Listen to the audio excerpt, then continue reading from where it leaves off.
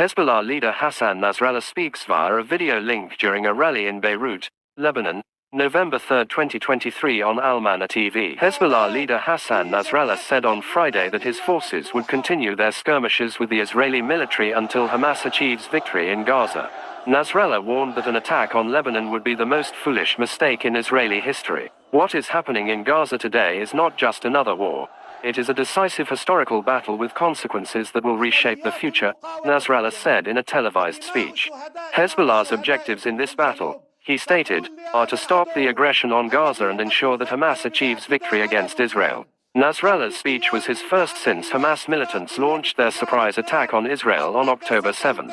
The Hezbollah leader said that his group was not involved in planning the attack, but took the opportunity to enter the battle the following day. In the initial days of the war, Hezbollah limited its activity to sporadic rocket and small arms fire into Israel from Lebanese territory, with the Israel Defense Forces (IDF) responding with artillery and drone strikes. These skirmishes have increased in frequency and intensity over the last 2 weeks, and IDF troops were placed on high alert ahead of Nasrallah's speech, for fear that the militant leader would announce a major operation against the Jewish state. No such announcement came. Nasrallah said that his forces have contributed to the fight so far by tying up a third of Israel's combat troops and almost half of its naval assets near the Lebanese border. This has reduced the number of troops available for the ground operation in Gaza and caused a state of anxiety, anticipation, panic, and fear among the enemy's political and military leadership, Nasrallah claimed. Hezbollah is ready for any escalation by the Israeli side, he said, warning West Jerusalem that if you contemplate an attack or launch a military operation against Lebanon,